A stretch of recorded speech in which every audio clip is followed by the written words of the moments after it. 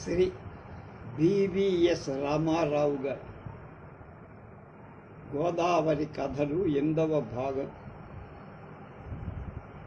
29/20. ఇవాళ కథ నిన్న కథ అద్భుతం. అది వాడు పేర్లు ఎంత ప్రతి లైన్ మహాశిల్ప సుందరంగా రాశారు. న్యాయగానికి ఎంత ఆంధ్రజాతి రుణం, ఆయన రుణాన్ని తీర్చుకో. ఒక లెక్కన చెప్పాలంటే అక్షర లక్షలు ఖరీదు చేసేటువంటి కథలు. ఆఫీసులో ఆవకాయ, గొంతులో వెలక్క.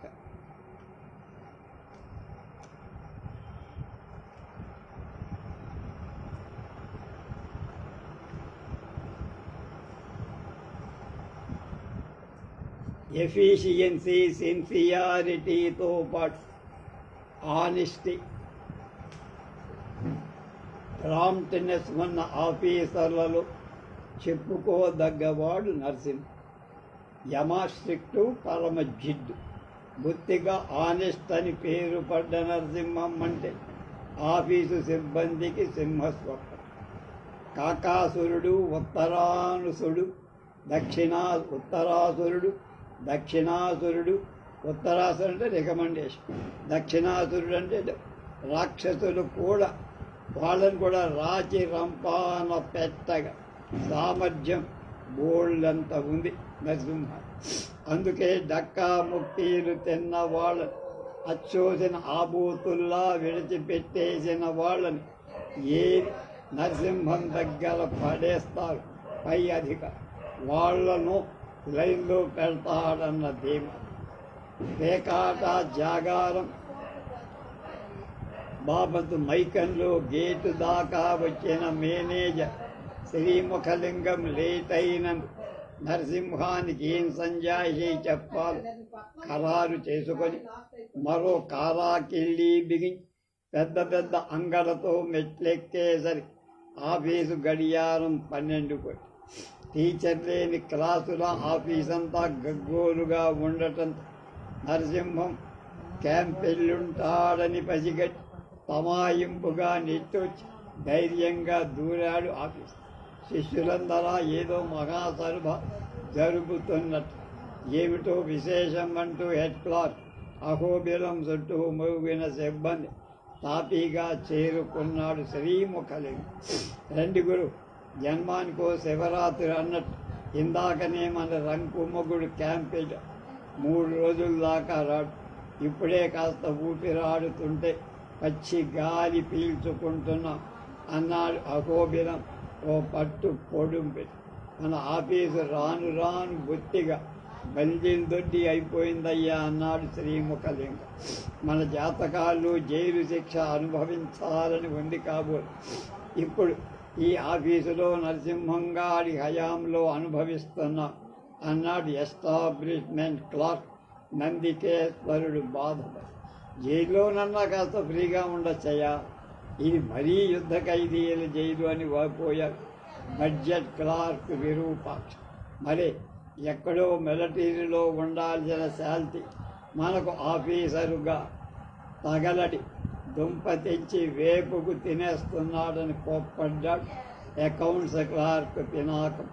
మొన్న మధ్యనేదో రెఫరెన్స్ ఇచ్చి ఫైలు నంబర్ అడిగా. అసలు నా డేట్ ఆఫ్ బర్త్ నాకు గుర్తు. అలాంటిది ఎన్ని గుర్తు పెట్టుకొని చెప్పగలనయ్యా?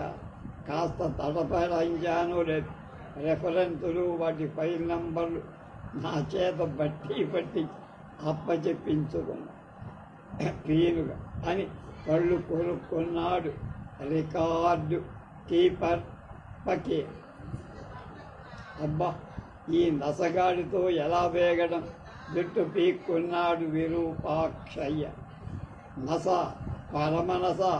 కంపర్లు అంటించడానికి జిగురైపోయిందంటే, కవర్లు అంటించడానికి జిగురైపోయిందంటే స్టాంపులు ఎలాగా అంటిస్తావు కదా, అవి పెట్టించంచేయి అన్నాడు. అంటే నోటికి నాలుగు స్టాంపులే సరిగ్గా అంటుకోవడం లేదు మరలా అన్న.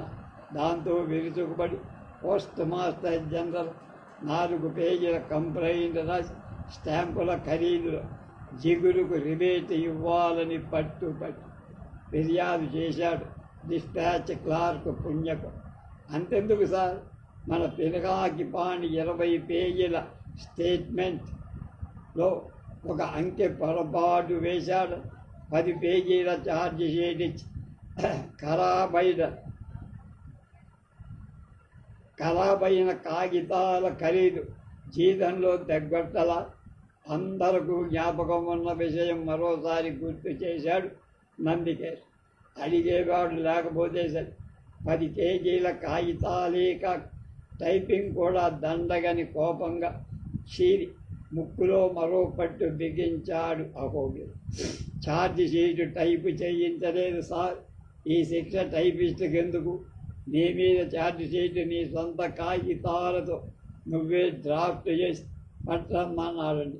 చచ్చినట్టు రైళ్ళదిలాగా రాసి పట్టుకెళ్ళి అన్నాడు బిక్క చచ్చిపోతూ నాకు. బేష్ బాగుంది, ఇదంతా లేడీ టైపిస్ట్ మీద జాలి కాబోట్ అంటూ ఓ విసిరాడు శ్రీముఖలి. అదేం కాదు సార్, 4 కాపీలు కావలసిన కార్బన్ పెడతానంటే నీకు ఇవాళ పెద్ద పనే లేదు. 4 సార్లు విడివిడిగా కొట్టు, నీ కాస్త ప్రాక్టీస్ అవ్వడమే కాక కార్బన్ ఖర్చు గవర్నమెంట్ కూడా ఆదా అవుతుందంటాడండి. ఈ ఆఫీరుకో దండం పెట్టి సెలవు పెట్టేద్దామనుకో అని టైపిస్ట్ చంద్ర సహోదరి తన కీచు గొంతు చించుకొని అసలు సెలవంటూ ఇస్తే కదా. మొన్న మధ్యని బామ్మ పోయిందని డూబు చేసి సెలవు పెట్టబోయా. క్యాజువల్ లీవ్ అని ఒక హక్కు కాదు, అది ఒక అవకాశం మాత్రమే. సచ్చిన బామ్మ ఎలాగూ తిరిగి రాదు కనుక నాదుకో సెలవులన్నీ నీ పెళ్ళికి అంటూ గోడి సలహా పాడి అని కానీ అన్నాడు పెళ్ళి కాని కోష్మాండేశ్వర. చంద్ర సహోదరిని మొగం చుట్టి జుర్రేస్తున్నట్లుగా. ఆ అమ్మాయి పేరు చంద్ర సహోదరి. ఏ మాటకు ఆ మాటే చెప్పుకోవాలి. సెలవుల్లో కానీ ఆదివారాలు కానీ ఈ అయ్య ఎవ్వడికి పంచెప్పడు. పాత ఆఫీసర్ నా చేత పెట్టి చాకరీ చేయించుకొని ఇప్పుడు ఈ అయ్యగారి దగ్గర హాయిగా ఉండు అంటూ సంతోషించాడు అటెండర్ పరమయ్య. అవునండోయ్, అది పాయింట్. నెల క్రితం కలెక్టర్ గారు ఆదివారం కాన్ఫరెన్స్ పెట్టి ఆదివారం సెలవు కనుక మరో రోజైతే వస్తానని ఖచ్చితంగా రాసేశాడు మన త్రాస్టుగా అన్నాడు పుణ్యకు. మనవాడు ఆనెస్ట్ కనుక ఆడింది ఆట పాడింది పాటగా సాగిపోతోంది. విసుక్కున్నాడు విరూపాక్షయ్. ఎవడికి కావాలి బోర్డానెస్ట్? లోకమంతా అంతయినప్పుడు నలుగురితో పాటు నారాయణ అని పోవాలి, కానీ వీడొక్కడు మడిగట్టు కూర్చుంటే సరిపోతుందా? కోప్పడ్డాడు శ్రీముఖలి. మడిగట్టుకోమనండి, మట్టిలో దేకమనండి, మనకెందుకు? ఇలా అందరినీ రాచి రంపాన పెట్టడం దేనికి అని మండిపడ్డాడు. ఫోన్ మోతకు ఉలిక్కిపడి ఎవరి సీట్లో వాళ్ళు జారుకో. ఆ శని పిలిగిదే అయ్యుంటాడు. మనం చేస్తున్నాము అని పసిగట్టడానికి ఫోన్ చేస్తూ ఉంటాడు. సబటది అంటూ కిల్లి ఊసేసి పోదందుక ముఖలింగం మేకపోతు గాంభీర్యంతో హలో హలో అన్నాడు. నరసింహం గారు లేరండి, క్యాంపులో ఉన్నారు. నేను ఆఫీస్ మేనేజర్ చెప్పండి. మళ్ళీ లేదు, ఆఫీసులో అయిపోయిందా? తర్వాత పర్వాలేదు, నాకు చెప్పండి. ఎంత? 100? ఎంత మాట? ఆ విషయం నాకు వదిలేయండి అంటూ గొటకేసి మురిసిపోయాడు ముఖలింగం. చెవులు రెక్కించి వింటున్న సిబ్బంది యావత్ బేరమేమిటో తెలుసుకోవాలి. ఆవురావురమంట మేనేజర్ చుట్టుముట్టి.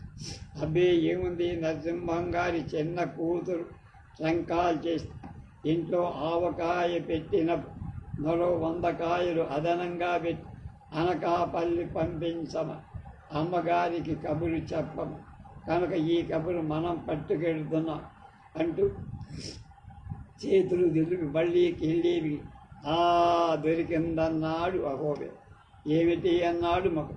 దొడ్డిదారన్నాడు అహోబే. ఆహా అంటే ఓహో అన్నారు అంతా. రివాజు ప్రకారం క్యాప్ నుంచి ఎకాయికి ఆఫీసుకు వచ్చాడు నరసింహ. ఆఫీసులో అడుగు పెట్టేసప్పటి అక్కడ ఒక్క పిత్తది, అన్ని సీట్లు కాదు, కనీసం అటెండర్ కూడా లేకపోగా ఇవాళ సెలవేంటి చెప్పమా అని దవడ కుక్కని సెలవు కాదని నిర్ధారణ చేసు ఎవడైనా పోయాడేమోనని బానపడి తన రూమ్కి వెళ్ళాడు.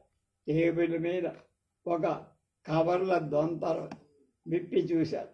అందులో ఆఫీస్ సిబ్బంది పంపిన సెలవు చేయడం. మోక ఉమ్మడిగా సెలవు పెట్టినందుకు మొదట ఆశ్చర్యపడు, చిరాకుపడి, కోపంగా ఇంటి ముఖం పట్ట. ఇంట్లో భార్య కామాక్షి కూడా లేకపోవడంతో మరింత ఆశ్చర్యపడి తన గదిలో బట్టలు మార్చుకుంటూ కిటికీ గుండా పెరట్లోకి చూసిన నరసింహం కొయ్యబారు. ఆఫీసు యావత్తు పెరట్లో ప్రత్యక్షం. ఆవకాయ పెట్టడం అన్న ప్రక్రియ యుద్ధ ప్రాతిపదికపై ఓ యజ్ఞంలా సాగుతారు. అటెండర్ పరమయ్య మామిడికాయ బస్తాన్ని చెరచెర నూతి పళ్ళెం దగ్గర ఈడ్చుకుపోయి దబదబా సిమెంట్ తొట్టెలోకి వంచేస్తుండే డిస్పాచ్ క్లార్క్ పుణ్యకోటి బిరబిరా వాటిని కడిగి గబగబా బుట్టల్లోకి ఎక్కిస్తుంది. నిండు బుట్టన్ని రికార్డు కీపర్ ఫకీర్ టకటగా తుంగచాప మీద రవాణా చేస్తుండే రిసీట్ క్లార్క్ కుర్మావతార్ వాటిని సైజులు వారిగా చకచక గుట్టలు కట్టాయి. ఈ గుట్టల చుట్టూ కూర్చున్న ఎస్టాబ్లిష్మెంట్ క్లార్క్ నందికేశ్వరుడు, బడ్జెట్ క్లార్క్ విరూపాక్షయ్య కాయల్ని మలకత్తి పేట్లతో కసక్కస తరిగివేస్తారు. టైపిస్ట్ని ఆడ టైపిస్ట్ రెపరాపలాడుతున్న ఆర్గండి కొంగు బిగి మిసమిసనాడు రోట్లో సరుకుల్ని ధన దంచేస్తుండు టైపిస్టుడు. మగ టైపిస్టుడు కోన్మాండేశ్వరరావు నిగనగలాడుతున్న స్టెప్ కటింగ్ జులపాన్ని ఎగదోసుకుంటూ టైపిస్టుని ప్రదర్శించే వివిధ భంగమల్లో జలజిల్లాడిపో రోట్లో సరుకుని గిరగిరా జల్లెడ పట్టే. కువకువలాడుతున్న ఈ జంటను చూసిన నరసింహాన్ని త్వర మండిసాగి ఎక్కవుంట్ల క్లార్క్ వినాగబాన్ ఘుమఘుమలాడుతున్న ఆవా కారం ఉప్పు వగేర గుండల్ని తగుపాళ్లలో జరజరా కలిపేస్తుండే మేనేజర్ శ్రీముఖలింగం గుండెలో మామిడికాయ ముక్కలు బురబురా కలిపేసి జాడీలో దబదబా నింపగా హెడ్ క్లార్క్ అహోబిల వాటిల్లో జలజల నూనె పోసి మూతల్ని గిరగిరా తిప్పారు. వీళ్ళని కొరకొరమంటూ చూసిన నరసింహం మనసు చెరచెరలాడి కిటకిటలాడే ఈ సిబ్బందిపై కంజాయింపుగా గిరగిరా తిరుగు అష్టావధానంతో గిలగిల్లాడుతున్న కామాక్షిని చూసి నరసింహాని అరికాలి మంట భగభగా నెట్టికెక్కగా పళ్ళు పట్టక్కురు యాంత్రికంగా పెరటి గుమ్మం వైపు నడిచారు. నరసింహాన్ని చూసి కూడా చూడనట్టు అందరూ తమ తమ నిర్వాకోద్యమాన్ని మరింత ఉద్ధృతం చేసి ఒకళ్ళ మీద ఒకళ్ళు పోటీపడి క్రెడిట్ కొట్టేస్తారు. చటుక్కున్న మొగిడిని చూసిన కామాక్షి ముఖం చాటంతా చేసి మురిసిపోతూ చెంగుమంటూ మొగుడికెదురు అమాంతంగా జబ్బట్టుకొని ఇల్లాన్ని గదిలోకి ఈడ్చుకుపోయాడు నరసింహుడు. ఇదంతా ఏమిటే నిన్ను తగలయ్య కనపట్టల్లా ఆవకాయ పెడుతాను, వీళ్ళందరూ ఎందుకు పిలిపించావు? నేనేం పిలవాల, పాపం వాళ్ళే కలగజేసు సాయం చేస్తున్నారు. మొన్న మన చిన్న అమ్మాయి ఫోన్ చేసిందట, ఒక 100 ఆవకాయ పాయి పెట్టి పంపమని. వంటని దాన్ని నాకు ఎలా కుదురుతుందని భయపడ్డా. అదేంటమ్మా, మేమంతా లేమా? అయ్యగారు మమ్మల్ని దేవుళ్ళా చూసుకుంటున్నారు. మేము నిత్యం ఆయన పనే చేసి ఆయనే తలుచుకుంటూ ఉంటాం. అయ్యగారు క్యాంప్ పెడితే మాకు పనేమి ఉండదు, గోళ్ళు గిల్లుకోవటంతో. మీరు అనండి, రేపు ఈ పాటకి అన్నీ రెడీ చేసి ఆవకాయ పెట్టేస్తాం అని ఊపిరి ఆడకుండా ఇలా కలగజేసుకుంటే నన్ను ఏం చేయమంటారండి? డబ్బిచ్చి సరుకుని తెప్పించేసి, అమ్మగారు ఈ మొక్కని చూడండి ఇంకా సన్నగా తరగాలంటారా అంటూ నందికేశ్వరుడు గదిలోకి దూరి నరసింహాన్ని చూసి బోళ్ళంతా ఆశ్చర్యనట్టు, నమస్కారం సార్, ఎప్పుడొచ్చారు? వస్తా పనుందని పరాలి. సరే, ఇన్ని కాయలు ఎందుకే, నీ మొహం ఏడ్చా, ఏదైనా వ్యాపారమా? మీరు మరి మన రెండో అమ్మాయి కార్డు రాసి బరోడాలో మామిడికాయ దొరకవు, నీకు వీలుంటుందా? మరేనుండయి. ఓనాడు క్లబ్లో బరోడా మహారాణి మన అమ్మాయి స్వయంగా పలకరించిందట కూడా. మీ దేశంలో ఆవకాయ ఉన్నది ఏదో పెట్టుకుంటారట, నిజమే? అక్కయ్య గారు ఇంగువ పొడి చేసి నూనె పొయ్యాలా, నూనె పోసి ఇంగువ పొడి వేయాలా అని డౌట్ అడిగాడు. వాళ్ళిద్దరి మధ్యకు దూసుకు వచ్చిన శ్రీముఖం. హలో, ఇదేనా రాక అంటూ సొంత బావమరదిల నరసింహాన్ని పలకరించి, వస్తా, కాస్త పనుంది, రేపు ఆఫీసులో కలుద్దామంటూ గార పళ్లతో ఇకిలి పెరట్లోకి దూకాడు. డౌట్ తీరకుండా అని. మీ ఆఫీసు వాళ్ళంతా ఎంతో కలుపుగోలు మనుషులండి, మెచ్చుకుంది కామాక్షి. నీ పెండాకు నీకేంటి వాళ్ళ సంగతి? ఆ రోడ్డు నంటి పెట్టుకున్న ఆ జొలపాలవాడు కుష్మాండేశ్వరరావు ఆఫీసులో పనిచేస్తున్న ఆడాళ్ళని ఇంతవరకు 5గురిని లేపుకుపోయాడని వాడి మీద బోదెడు రిపోర్ట్లు ఉన్నాయి. ఈ టైపిస్టు పిల్ల వాడి కంటపడకుండా చెయ్యటానికి నా తల ప్రాణం తోక్కొస్తాం. ఇప్పుడు చూడు, వాడు పబ్లిక్గా ఆమెతో ఎలా రాసుకు పూసు తిరుగుతున్నాడు. రేపేదన్నా అయ్యిందంటే నన్ను పట్టుకుంటారే అని. చాలండి, మీ మాటలకి అర్థం బద్దం ఉండదు. వాడు ఉదయం నుంచి ఒళ్ళు దాచుకోకుండా పనిచేస్తున్నా. ఇప్పటికో 50 కేజీల గుండ కొట్టి ఉంటారు పొడి. ఆవు పడను. అమ్మగారు అన్న మరో కేక విని ఇదో వస్తున్నా అంటూ పెరట్లో పరిగెత్తింది కామాక్షి. గవర్నమెంట్ ఇన్ని రూల్స్ పెట్టింది, కానీ ఆఫీసర్ల పిల్లలకంటూ ఓ కోడ్ ఆఫ్ కాండక్ట్ ఎందుకు పెట్టలేదా అని వాపోయాడు నర్సు. మర్నాడు ఆఫీసులో టిఫిన్లలో లోపించినట్టు, డిసిప్లిన్ లోపించినట్టు తోచింది నరసింహ. ఇది ఆవకాయ ప్రభావమేమో అనుమానం. అనుకున్నట్టే గుమాస్తాలు 50 మంది వెచ్చలవిడిగా బాతాకానీ కూడా. కాయ సెలక్షన్ లగాయి జాడీలకు వాసన బిగించేదాకా ఆ మహా ఉద్యమంలో తమ పాత్ర సింహావలోకన చర్చల ద్వారా జరుగుతాయి. అసలెవరూ తమ కళాలకు క్యాపులు కూడా ఇంకా తీయాల. అడ్మినిస్ట్రేషన్లో తన దిగజారిపోతున్నానేమోనని తాను అనుమానం కలిగి వీళ్లను లైన్లో పెట్టకపోతే మరీ పేత్రేగిపోతారన్న భయంతో ప్రతి సీటు దగ్గరకి వెళ్ళి తనిఖీ చేయటం మొదలుపెట్టి, ఏమయ్యా కూర్మావతారం, కాగితాలు రిసీవ్ చేయకుండా ఏమిటి దిక్కుడు చూసి? అదే ఏంలే సార్, నిన్న కాస్త జీడి కారి చెయ్యి పొక్కి అంటూ బొంత కట్టిన చెయ్యి తూపి నరసింహ నిశ్శబ్దంగా హుంకరి టైపిస్ట్ సీటు దగ్గరికి చంద్ర సహోదరి టిక్కుమంటూ ఒంటి వేలుతో గంటకు అక్షరం టైప్ కొట్టుకో. ఏం తల్లి, ఇదేనా నీ స్పీడ్ అని కళ్ళేదు? మరేమో సార్, నిన్నటి రోకటి పొట్టకి వేళ్ళు లాగేస్తుంటే కాస్త నొప్పిగా ఉంటేను అని నీళ్లు కుంకు గట్టిగా కప్పేసుకుంది మెలికలితే. మనుషులలో మనస్సులోనే పళ్ళు పట్టలాడి పోని ఆ పుష్మాండేశ్వరరావు ఇవ్వలేకపోయావా టైపు చేయాల్సిన కాగితాలను? పుష్మాండేశ్వరరావు కంట్లో కారం పడి వాచాయ సెలవు పెట్టాడు. అది ధీమాగా చెప్పాడు ఎస్టాబ్లిష్మెంట్ క్లాస్. ఆవకాయ బాగోతం బాపతి హ్యాంగ్ ఓవర్. తాగిన వాళ్ళు మరణానికి హ్యాంగ్ ఓవర్ కాదు. అలాగే మరీ ఇంత ఉధృతంగా ఉంటుందని ఊహించని నరసింహ ఈ సంజాయిషి పరంపర చెర్రెత్తే. అవును, విరూపాక్షయ్య కనబడ్డే వాడికేమొచ్చింది?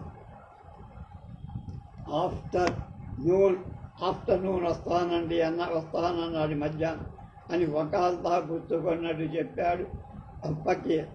ఏం హాస్పిటల్కి వెళ్ళాడని కుంటి సాగు చెప్పన్నాడా? కాదండి, నిజంగా పాపమని మరకత్తె పీటతో చెయ్యి తెగింది. కాదండి, పుల్లగా ఉన్నాయా లేదా పడేసి కాయ ముక్క శాంపిల్ రుచి చూశాడు.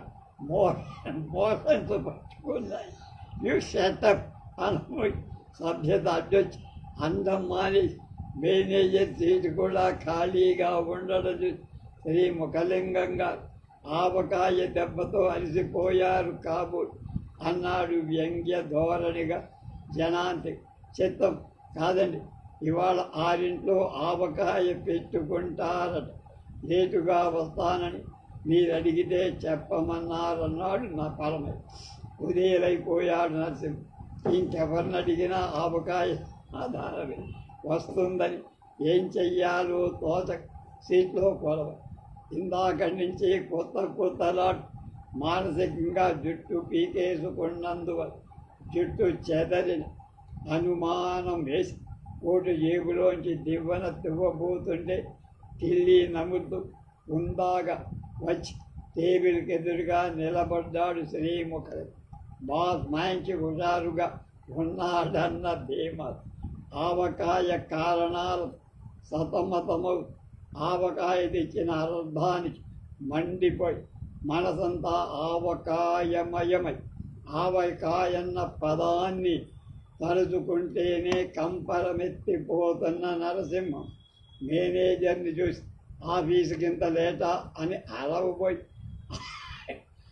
ఆఫీస్ అనే బదులు ఆవకాయకింత అని గబుక్కనని నాలిక్కచ్చు.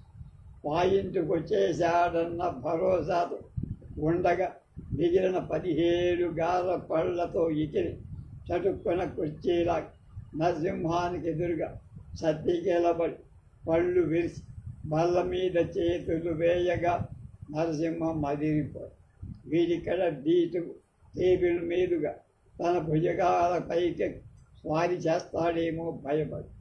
అదే రోజు జీతాలు 5 అవగానే అందరినీ పిలిచి జీతాలు కవర్లు స్వయంగా బట్వాడా చేశాడు నర్సు. అందరూ కవర్లు పెట్టి డబ్బు లెక్కేటు సొమ్మి తగ్గినట్టు అనిపి ఒకళ్ళ మొగాళ్ళు ఒకళ్ళు చూసుకో. ఇందులో తెరకాసేమిటో అర్థం కాక నరసింహం కేసి తిరిగాడు. నరసింహం ఒక మాంత్రికుడు డ్రాయర్లోంచి మరో కట్ట సీల్డ్ కవర్లు తీసి అందరికీ పంచిపెట్టాడు. అనుమానంగా అందుకొని చించి చదువుకోసాగారు. ఇది నరసింహం స్వహస్తాలతో రాసిన తాకి. మూకమ్మడిగా మీరు పెట్టిన సెలవు తగిన కారణం లేదన్న ఒకరోజు జీతం మినహాయింపు జరిగిందని తెలియచేయటానికి విచారి ఆ రోజు నుంచి ఈ రోజు దాకా మీ ఎఫిషియన్సీ ఎందుకో పడిపోయి దానివల్ల పెండింగ్ ఫైల్స్ పేరుకుపోయాయి. వాటిని క్లియర్ చేయటానికి మరో నెల పట్టవచ్చు. కనుక ఏటా ఇచ్చే మీ ఇంక్రిమెంటు 1 నెల వాయిదా వేయక తప్పలేదని తెలియజేయటానికి చింతిస్తున్నామని నిర్ఘాంతపోయారు. ఒళ్ళు తిట్టు మీద తిట్టు మనసులో తిట్టుకున్నాం. అప్పనంగా పెట్టిన బూడిదలో పోసిన పన్నీరైన ఉడికిపోతూ ఉక్రోషంతో చూశారు నరసింహం కేసు. 3 సింహాల అధికార ముద్రలు మధ్య సింహంలా కనపడ్డాడు నిస్సహాయంగా. మనసారా వీడి ఆవకాయ బూజు పట్టుగాక అని శాపదార్థాలు పెట్టుకుంటూ వెనక్కి తిరిగా. ఆగండి అంది మరో సింహం. ఇంకేం కొంప ముంచుతాడు అని చూశా నరసింహం. ఈ విషయంలో మరొకరి దోషం ఉండటం నాకు ఇష్టం లేదు అని బీరువాలోంచి ఏవో పట్టాలు తీసి టేబుల్ మీద పెడుతూ మీరు భక్తితో శ్రద్ధగా శ్రమపడి మా ఇంట్లో పెట్టిన ఆవకాయ అందరూ పంచుకోవటం నా అభిమతం. పొట్లాలకి చూశారు సిబ్బంది. అందుకో ఆవకాయ కుంటిగా వెక్కిరించినట్టు కనిపించింది. అందరు తీసుకోవడానికి గర్జించింది. మూడోది తలో 3 కేజీల పొట్లాలు అందుకొని టన్నున్నర బరువు మోస్తున్నట్టు భారంగా కదిలా గుమాస్తా గీరుడు.